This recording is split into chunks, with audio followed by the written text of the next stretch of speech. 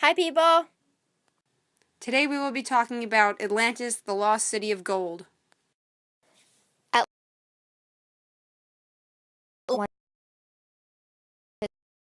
Watch the house. As you can see, Atlantis was consumed by the ocean overnight, causing it to disappear without anyone knowing. You may be wondering, how did anyone know about Atlantis if everyone who lived in the city disappeared?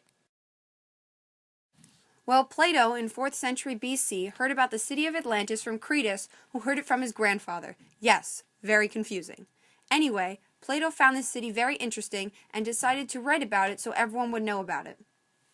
At this time, the people were very gullible and did not care about evidence for the so-called lost city. But towards the end of Plato's lifetime, people lost interest and dropped the idea of Atlantis because no one had ever seen it.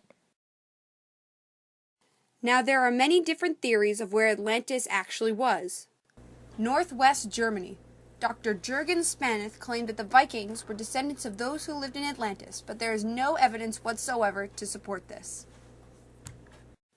Brazil. Percy Fawcett believed that Atlantis would be in Brazil and went looking for it in 1924 and never came back. Antarctica. Alan F. Alford wrote a book in 1996 using the dialogue Plato had written as his evidence for Atlantis being in Antarctica. Cuba, Mexico, and the Caribbean. The country where most people believed that Atlantis was. Most of these scientists have little or no evidence to support Atlantis even existing, but most use Plato's work as their evidence for Atlantis. Although Plato's evidence is not very relevant today, there have been stories of entire cities being engulfed by monstrous waves. For example, in 1692, 2/3 of the city of Port Royal was submerged underwater after a large earthquake came over the city. Some have even thought to see a J shape in the water representing a pathway to the city of Atlantis that was submerged underwater. Although, when the scientists found the stone, it was proved to be too young to be Atlantis, which was 2,500 to 3,500 years old. Now that we have shown you some of the facts, let's see what scientists from the History Channel have to say. Both Emma and I don't believe that Atlantis ever existed. There is no other evidence besides Plato's word to actually prove that Atlantis ever did exist in our oceans. Although scientists have found geological rock formations underwater, they have been proven with tests to be too young to have been Atlantis.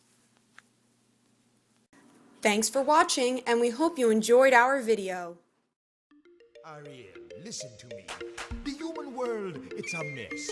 Life under the sea is better than anything they got up there. The seaweed is always greener in somebody else's lake. You dream about going up there, but that is a big mistake. Just look at the world around you, right here on the ocean floor. Such